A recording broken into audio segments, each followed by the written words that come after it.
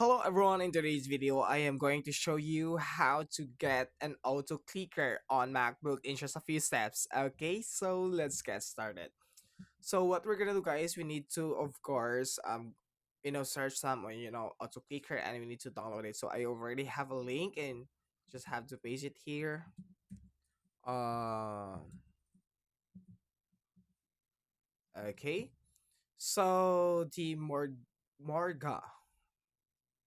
Okay, so this application, guys, it is an auto clicker application, so you can actually click this download, guys. Okay, and save it here.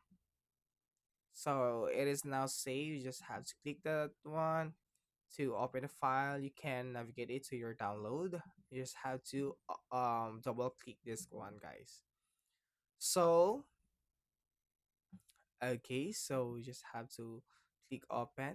Okay, so we have here now our you know auto clicker. Okay, just have to open, guys. In our privacy here, you just have to turn it on, and of course you need to our password maybe later. Okay, we can go back to our check permission. Okay, and you can turn it on again.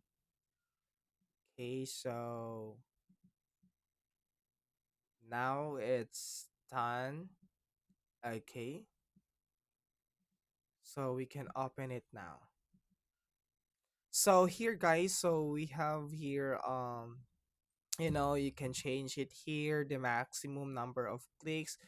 You can also edit this one, the milliseconds. We can choose it to 0. So it says that middle mouse button to start or stop clicker. Okay, we can check on that, guys. So if our mouse, guys, so if it is on the button, or you know the mouse will be stop or start on its clicking. Okay, so you can actually hit the start, guys, so to start the auto clicking, guys. So that's it, guys. So that's how we're going to get our auto clicker on our MacBook, and I hope you enjoy and learn from these quick tutorials, and please don't forget to like and subscribe for more quick tutorials on MacBook. Thank you.